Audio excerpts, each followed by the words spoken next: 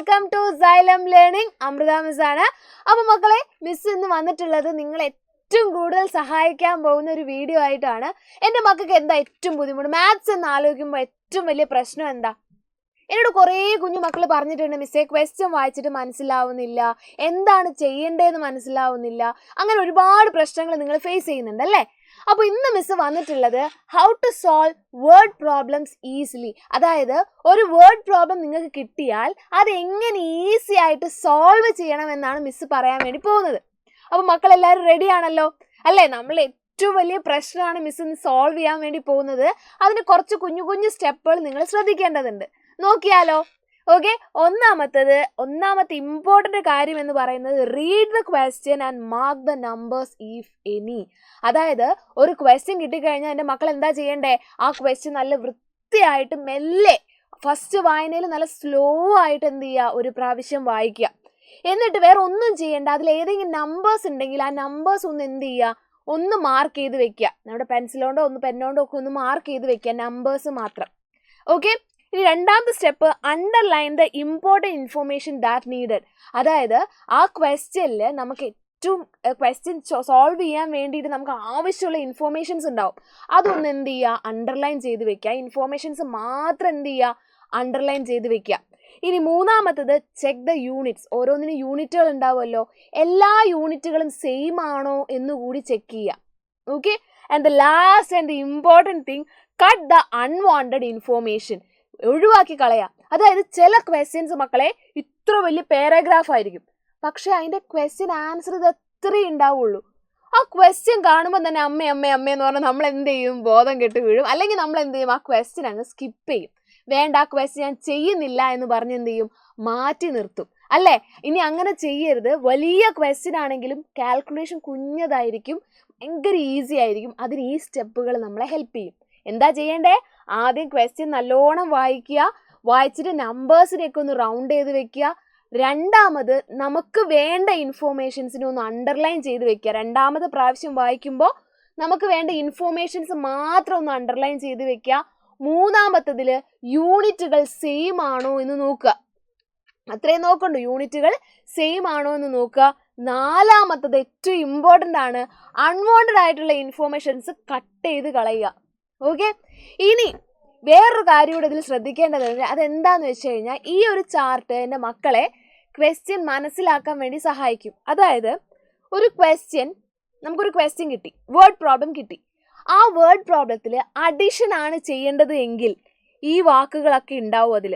Add, all together, together, combined, both, total, how many, how much, all, increase, plus, sum എന്ന് പറയുന്നത്. അതേപോലെ subtraction ആണെങ്കിൽ change, decreased by, fewer, difference, left, minus, needed, reduce, remain, subtract. ഇതൊക്കെ ഇപ്പം നിങ്ങൾ വിചാരിക്കും, miss ഇതെല്ലാം നമ്മൾ പഠിച്ചു വെക്കണോ? വേണ്ട മക്കളെ, പഠിച്ചു വെക്കണ്ട. ഇതൊന്ന് വായിച്ചു വിടുക. ഈ വേർഡ്സ് നിങ്ങൾ കണ്ടു കഴിഞ്ഞാൽ ഇതാണ് ചെയ്യേണ്ടത് എന്ന് നിങ്ങൾക്ക് മനസ്സിലാവും. അതായത് ഇപ്പോൾ ഒരു ക്വസ്റ്റ്യനിൽ ഹൗ മെനി മോർ എന്ന് കണ്ടു. ഹൗ മെനി മോർ എന്നൊരു ക്വസ്റ്റ്യനിൽ കണ്ടു കഴിഞ്ഞാൽ നിങ്ങൾ വേറെ ഒന്നും ചിന്തിക്കേണ്ട, അവിടെ ചെയ്യേണ്ടത് സബ്ട്രാക്ഷൻ ആണ് എന്ന് ആലോചിച്ചാൽ മതി. ഓക്കെ, പിന്നെ മൾട്ടിപ്ലൈഡ് ബൈ എന്ന് പറഞ്ഞു കഴിഞ്ഞാൽ അവിടെ എന്താ ചെയ്യേണ്ടത്, മൾട്ടിപ്ലിക്കേഷൻ ആണ്. ഓക്കെ, അതേപോലെ percent, quotient, equal sharing, fraction, അങ്ങനത്തെ ഒക്കെ ടേംസ് നിങ്ങൾ കണ്ടാൽ അതെന്താണ് ചെയ്യേണ്ടതെന്നാണ് അതിൻ്റെ അർത്ഥം. അവിടെ നമ്മൾ ചെയ്യേണ്ടത് ഡിവിഷൻ ആണ് എന്നാണ് കാണിക്കുന്നത്. ഓക്കെ, ഇതെന്ത് ചെയ്യാന്ന് വെച്ചാൽ ഇതൊന്ന് ജസ്റ്റ് ഒന്ന് ആലോചിച്ച് വെക്കുക. 2-3 പ്രാവശ്യം ഒന്ന് വെറുതെ ഒന്ന് വായിച്ചു വിടുക. ബാക്കി നിങ്ങളുടെ ബ്രെയിന് വർക്ക് ചെയ്തോളൂ. ഓക്കെ, ഇങ്ങനെ നമ്മൾ കുറേ ക്വസ്റ്റ്യൻസ് പ്രാക്ടീസ് ചെയ്യുമ്പോൾ ഇല്ലേ മക്കളെ, ഓട്ടോമാറ്റിക് ആയിട്ട് നമുക്ക് എന്ത് ചെയ്യാൻ പറ്റും, ഏത് ക്വസ്റ്റ്യൻ കണ്ടാലും ഓട്ടോമാറ്റിക്കായിട്ട് ഈ കീവേഡ്സ് നമ്മളെ ബ്രെയിനിൽ വരും, നമുക്ക് പെട്ടെന്ന് സോൾവ് ചെയ്യാൻ വേണ്ടി പറ്റും. ഇനി ഞാൻ കുറേ ഇങ്ങനത്തെ കാര്യങ്ങളൊക്കെ പറഞ്ഞു. അപ്പോൾ നിങ്ങൾ വിചാരിക്കും, മിസ് ഇതിങ്ങനെ പറയാൻ എളുപ്പമാണ്, ഞങ്ങളെ പ്രശ്നം ഞങ്ങൾക്കല്ലേ അറിയൂ, ചെയ്തു തുടങ്ങുമ്പോഴാണ് ബുദ്ധിമുട്ട് അറിയുക എന്നൊക്കെ നിങ്ങൾ വിചാരിക്കുന്നുണ്ടാവും. ഓക്കെ, അങ്ങനെയാണെങ്കിൽ ഈ ഒരു വലിയ ക്വസ്റ്റ്യൻ നമുക്കൊന്ന് സോൾവ് ചെയ്താലോ? ഒരുമിച്ച് സോൾവ് ചെയ്യാം.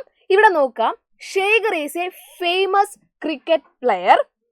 He has so far scored 6980. ഞാൻ എന്താ പറഞ്ഞേ, നമ്പേഴ്സ് കാണുമ്പോൾ ഒന്ന് വട്ടിട്ട് വെക്കുക. Runs in the test match 6918 runs ഒരുമിച്ച് ഒരാളായിട്ട് നമ്മൾ മാർക്ക് ചെയ്ത് വെച്ചു. He wishes to complete 10,000 runs. How many more runs does he need? How many more? നോക്കാം, how many more ഇവിടെ എവിടെയാ വരുന്നേ? ഇവിടെ നോക്കുക, how many more എവിടെയാ കിടക്കുന്നേ? ഇതാ how many more. ആരാ ചെയ്യണ്ടേ? സബ്ട്രാക്ഷൻ ആണ് ചെയ്യണ്ടേ. how many more. അതൊരു ഒന്നാമത്തെ പ്രാവശ്യം വായിച്ചു കഴിഞ്ഞു. ഇനി രണ്ടാമത്തെ പ്രാവശ്യം വായിക്കുമ്പോൾ നമ്മൾ എന്ത് ചെയ്യണം? ഇൻഫോർമേഷൻസിനെ അണ്ടർലൈൻ ചെയ്യണം. Shekhar is a famous cricket player. നമുക്ക് വേണ്ട ഇൻഫോർമേഷൻ ആണോ? അല്ല. ഞാൻ എന്ത് ചെയ്യാൻ പോവാ? അതങ്ങ് കട്ട് ചെയ്യാൻ വേണ്ടി പോവാണ്. ഓക്കെ, ഇത് നമുക്ക് വേണ്ട. ഇതിനെക്കൊണ്ട് നമുക്ക് വലിയ ആവശ്യമൊന്നുമില്ല, കാൽക്കുലേഷൻ ചെയ്യാൻ നമുക്ക് ആവശ്യമില്ല information. He has so far scored 6,980 runs. Yes, അത് വേണം. So far scored 6,980 runs. മുന്നേ ഇത്രയും റൺസ് സ്കോർ ചെയ്തിട്ടുണ്ട്. He wishes to complete 10,000. Yes. In order to complete 10,000, how many more runs? എത്ര കൂടുതൽ വേണം? അതായത് ക്വസ്റ്റ്യൻ ഇത്രയേ ഉള്ളൂ. 10,000 റൺസ്, 10,000 റൺസ് ആണ് ശേഖറിന് കിട്ടേണ്ടത്. ഓൾറെഡി 6,980 റൺസ് സ്കോർ ചെയ്ത് കഴിഞ്ഞു. ഇനി എത്ര കൂടി വേണം? 6,980യുടെ കൂടെ എത്ര കൂടി വന്നാൽ 10,000 ആവും? How many more?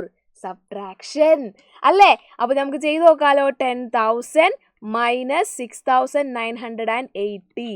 0 ഇവിടെ 10 വരും അല്ലേ? ഇവിടെ 9 വരും, ഇവിടെ 9 വരും, ഇവിടെ 0. അപ്പോൾ 2 വരും. 9 മൈനസ് 9 0. 9 മൈനസ് 6 3. ആൻസർ എത്ര വരും? 3,020. ഓക്കെ, ഇങ്ങനെയാണ് കാൽക്കുലേഷൻ വരിക. ഇതിന് എന്തുണ്ട്? വേർഡ്സിൽ എഴുതണം കേട്ടോ.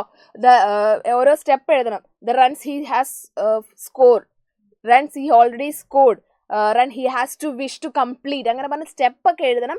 കാൽക്കുലേഷൻ ഇങ്ങനെയാണ് ചെയ്യുക. ഓക്കെ, സ്റ്റെപ്പ് എഴുതാൻ എൻ്റെ മക്കൾ മിടുക്കന്മാരാണ്. പക്ഷെ ഇത് കാൽക്കുലേഷൻ ഏതാണെന്ന് കണ്ടുപിടിക്കാനും എങ്ങനെയാ ചെയ്യുക എന്നുള്ളതുമാണ് മിസ് ഇവിടെ പറഞ്ഞിട്ടുള്ളത്. ക്ലിയർ അല്ലേ? ഓക്കെ, ഒരു ക്വസ്റ്റ്യൻ കൂടെ ചെയ്താലോ നമുക്ക്.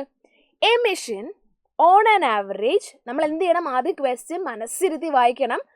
A machine on an average manufacturers 2,825 screws. എന്താ മിസ് പറഞ്ഞ? ആദ്യം നമ്പേഴ്സ് ഒന്ന് മാർക്ക് ചെയ്ത് വെക്കാം. How many screws did it produce in the month of January 2006? Number അല്ല, ജസ്റ്റ് 2006 പറഞ്ഞാൽ അത് മാർക്ക് ചെയ്ത് വെച്ചു. ഓക്കെ, ഇനി അൺവാണ്ടഡ് സാധനങ്ങളൊക്കെ ഒഴിവാക്കുക. ഇമ്പോർട്ടൻ്റ് ആയിട്ടുള്ള ഇൻഫോർമേഷൻ അണ്ടർലൈൻ ചെയ്യുക. അതാണ് രണ്ടാമത്തെ step. A machine on an average manufacturers 2,825 screws. ഇതാണ് നമുക്ക് വേണ്ട information. 2,825 screws in A day. ബാക്കിയൊക്കെ എന്താണ്? വേണ്ടാത്ത കാര്യങ്ങളാണ്. 2,825 സ്ക്രൂസ് ഇൻ എ ഡേ. അപ്പോൾ 1 ഡേ എത്ര സ്ക്രൂസ് ആണെന്നാ പറഞ്ഞേ? 2,825 സ്ക്രൂസ് അല്ലേ? ഹൗ മെനി സ്ക്രൂസ്, എത്ര screws did it produce in the month of January? ജാനുവരിയിൽ എത്ര സ്ക്രൂസ് പ്രൊഡ്യൂസ് ചെയ്തിട്ടുണ്ടാകും എന്നാണ്. അപ്പോൾ നമുക്കറിയാം ജാനുവരിയിൽ how many days are there? In the month of January എത്ര ഡേയ്സ് ഉണ്ട്? 31 ഡേയ്സ് അല്ലേ? 31 ഡേയ്സ് ആർ ദെയർ. ജനുവരിയിൽ 31 ഡേയ്സ് ഉണ്ട്, ശരിയല്ലേ? അപ്പോൾ ഒരു ദിവസം 2,825 ആണെങ്കിൽ 2 ദിവസം എന്ത് ചെയ്യും? നമ്മൾ ആഡ് ചെയ്യും. 3 ദിവസമാണെങ്കിൽ 3 പ്രാവശ്യം ആഡ് ചെയ്യും. അങ്ങനെ 31 ആണെങ്കിലോ 31 തവണ നമ്മൾ ആഡ് ചെയ്യണം. വേണോ? വേണ്ട. നമുക്ക് എന്ത് ചെയ്താൽ മതി? മൾട്ടിപ്ലൈ ചെയ്താൽ മതി. എന്തുകൊണ്ടാ? റിപ്പീറ്റഡ് അഡീഷൻ ആണ് മൾട്ടിപ്ലിക്കേഷൻ. ഒന്നുമില്ല, ഒരു ദിവസം 2,825 ആണെങ്കിൽ 31 ഡേയ്സ് ഉണ്ട് ഇൻറ്റു 31. Okay, into 31. ഇനി എൻ്റെ മക്കൾ എന്താ ചെയ്യണ്ടേ? ഇതിൻ്റെ ആൻസർ എത്രയാ എന്നുള്ളത് എന്ത് ചെയ്യണം? കമൻ്റ് ആയിട്ട് നമ്മളുടെ വീഡിയോയ്ക്ക് താഴെ പറയണം. ഓക്കെ, ക്ലിയർ ആയല്ലോ? അപ്പോൾ മിസ് ഈ പറഞ്ഞ കാര്യങ്ങളൊക്കെ ഓർത്ത് വയ്ക്കുക. ഇനി ഒരു വേർഡ് പ്രോബ്ലം കിട്ടുമ്പോൾ നിങ്ങൾ അതേപോലെ സോൾവ് ചെയ്യാൻ ശ്രമിക്കുക. ഇനി നിങ്ങളുടെ കയ്യിൽ എന്തെങ്കിലും ഇതേപോലത്തെ ഐഡിയാസ് ഉണ്ടെങ്കിൽ എന്ത് ചെയ്യുക? കമൻ്റ് ആയിട്ട് താഴെ പറയാം. ഓക്കെ, അത് വേറൊരാൾക്ക് ഹെൽപ്പ് ആയാലോ. Thank you students, thank you so much for your valuable time. Have a great day. Bye every one.